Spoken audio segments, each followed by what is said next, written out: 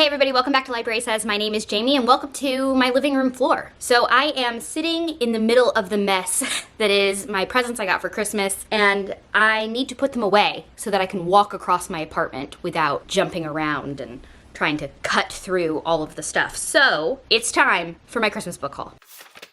If you're new here, I typically only get books twice a year. Physical books, I only add to my collection twice a year. Once at the middle of the year around my birthday, and once at the end of the year for Christmas. I talk all about why I do that and how I do that in my TBR tag, which I will link up above if you want to go check it out. But this is my second haul, final haul of 2020, and I'm excited to show you what I got. So these are all books that I have read and loved and actively chose to have added to my physical collection. Let's go. First up is None Shall Sleep by Ellie Marty. This came out in 2020. It's a YA thriller about two teenagers who are, I think, 18, 19, and who were brought in by the BAU, the Behavior Analysis Unit at Quantico, the FBI, to interview serial killers who have been arrested and put in prison for their crimes, to sort of figure out what they have in common, what their home lives were like. Are there signs pointing towards this behavior from earlier in their life?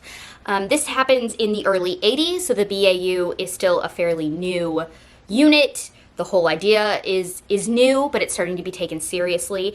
And this new section of the BAU is teenagers interviewing teenage offenders. And that is how our main characters meet Simon Gutmanson, who was known as the Artist and was a teenage serial killer who turned the bodies of his victims into art, thus his nickname. Simon is a fascinating character. If you have any interest in criminal psychology, if you're interested in the workings of serial killers, this is fascinating. And of course, they get pulled into an ongoing investigation of an active serial killer.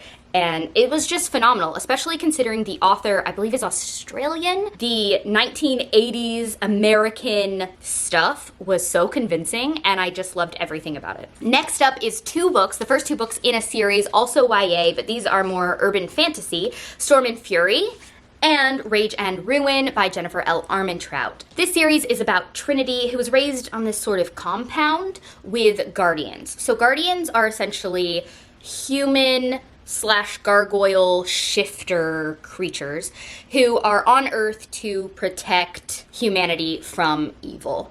And humanity knows about their existence. They are out in the public eye. Trinity, however, is not a guardian. She is a half-human, half-angel, and nobody knows that. It's a big, big secret because her kind is supposed to have gone extinct a long, long time ago, and she's the last one. So she is a heavily guarded secret. And she has a guardian who is her sole protector, and she gets pulled into this ongoing investigation because guardians are dying, and there are rumors that like a sort of supreme evil is coming and that she's destined to be involved in the whole thing. I love this series. I love Trinity. I love all of the characters. Every book has a horrific cliffhanger that just makes you desperate for the next book, but it works because I've just been desperate for the third book after reading the second, and they're just a good time. And I love Jennifer L. Armentrout, so if you haven't read these, you should, and I wanted to buy both of them. To the next one, another thriller. This is The Sunken Motel by Simone St. James, one of my favorite thrillers I read in 2020. This follows two women in two different timelines. First of all, you have Delaney in 1982, who is on her way to New York to become an actress but runs out of money, so she takes an overnight clerk position at a motel in this small town. And that's where she vanishes. She leaves her purse behind in the middle of her shift. No one ever finds her or figures out what happened to her. In present day, her niece Carly decides to figure out what happened to her aunt. So she takes the same job at the same motel, working night shifts, and starts to suspect there's more going on at this motel than people are willing to talk about. Maybe it's haunted, maybe it's not. Maybe there's an actual real live serial killer in this small town, maybe there's not. But you follow both of these women's stories as they parallel and come to this epic conclusion at the end of the book. I loved both storylines. I was invested with both characters. I loved everything about this. Hello again. You don't know this, but it's been like an hour since I filmed the last book because all of my next door neighbors around my apartment were doing their loudest house cleaning while I was filming my video. But I think it's okay now, so we're gonna try and get this finished. Next up, Between the World and Me by Ta-Nehisi Coates. I listened to the audiobook of this, but I wanted a physical copy on my bookshelf because I loved it so much. If you don't know, this is nonfiction.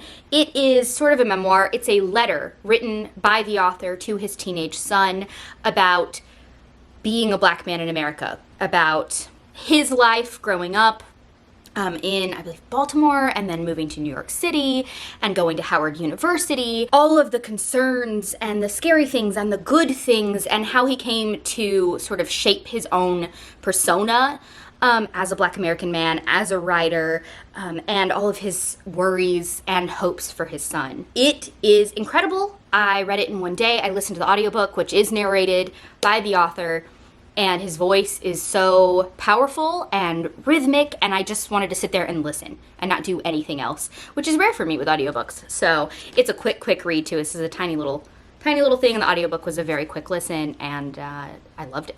Then I have a romance, completely different. This is The Player Next Door by K.A. Tucker, one of my favorite romances I read in 2020, and she actually wrote and self-published this during quarantine, so mad props to her. But this is about a woman who, when she was a teenager, got her heart broken by a high school boyfriend. As an adult, she comes into some money and decides to move back to her hometown and to purchase the house that she always wanted to live in when she was a kid, a teenager living in this town. And she's going to fix up the house, and she takes a job as a middle school teacher. But once she moves in, she realizes her next door neighbor is in fact the boyfriend who broke her heart in high school, and his son is in her class. And shenanigans. It was great. I've actually reread this now, so I've read it twice. I read it twice in 2020, and I loved it, and I want to reread it again right now. Then another thriller. This was the year of thrillers for me, but it's another YA thriller, and this is A Good Girl's Guide to Murder by Holly Jackson. I think this is my favorite thriller, and probably my favorite audiobook that I read/listened to in 2020. So this is about Pip, who is a high school senior, and for her senior project, decides to reinvestigate a missing person, presumed dead case that has already been closed that happened in her town just a couple years earlier. So a popular girl at her school, Addie, went missing, and then her boyfriend, Sal, his body was found with a suicide note confessing to the murder. Pip, our main character, knew Sal and just does not believe it. Doesn't believe that he could possibly kill his girlfriend and then kill himself. Doesn't buy it, even though it's accepted, case closed, everyone has convicted Sal. The court of opinion is firmly against him, but Pip decides to reinvestigate the entire case from the beginning. This includes interviews and her going through all the files and everything. And the audiobook is incredible because it is a full cast. And so every interview, every snippet of recorded speech or anything that you get is a full cast. So it feels like you're almost listening to a true crime podcast, and that these are all the real players of this case that you're listening to speak. So immersive. I just didn't want to do anything but listen to it. It's a long audiobook, and I listened to it in one day because I literally could not make myself do anything else. All right, and then I have another romance. This is The Idea of You by Robin Lee. I've talked about this in like 6 different videos at this point, but this was my other favorite romance that I read in 2020, and it's very, very different. This is a debut. Robin Lee's an actress and a lawyer. I think she went to like Columbia Law, and this is her first book. And it's kind of Harry Styles fanfiction. It is about a 39-year-old divorcee who takes her middle school-aged daughter to a boy band concert. This band is called August Moon. They're a British boy band. And after the show, they have tickets to this like behind-the-scenes thing. And that is where our main character meets the lead singer of the band, and they hit it off. This follows their whirlwind relationship, and they go all over the world together, and it spans a lot of time. And of course, there's a lot of drama because she's twice his age and has a daughter and an ex-husband and a business and a reputation, and dating a 20-year-old pop star doesn't really fit into her life. But this is incredible. It's so well written. The sex scenes are really good, and all of it is really good. It's just so much better written than you would think going into this, hearing the synopsis. I just recommend this so much. I had a coworker recommend it to me.